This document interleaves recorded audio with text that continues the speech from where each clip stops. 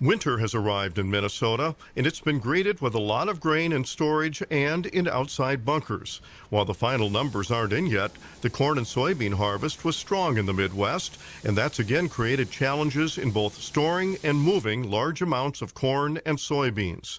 Even with the majority of storage on farms, grain elevators have been stretched to capacity this year.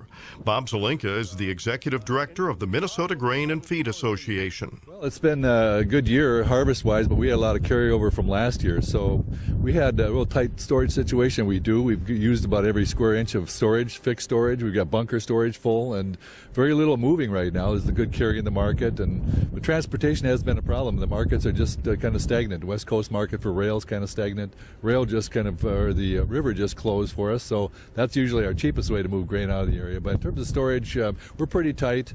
Typically, grain is transported in just about all directions from Minnesota, but this is not a typical year. Much of the grain is being used closer to home. Lately, it's been going domestic feed markets down south, Texas, Southern California, things like that. Some going southeast feed. We have some going into Mexico, Canada as well. But like I say, the West Coast market internationally hasn't been as strong as it's been, but again, hopefully that'll pick up soon as well. It seems there's never enough storage to go around after the harvest. Right now, there are piles of grain across the state to accommodate the big crop. That is one big pile you have there. How much is in there, and how does it compare with the past?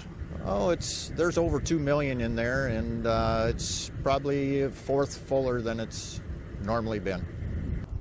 As with every year, there are challenges and opportunities for farmers. The challenge has been pricing and also storage of the grain, and as we've heard, transportation and finding markets. That's not easy at this point. The good news is we had a very good crop, and that's where it all starts. This is Lynn Ketelsen reporting.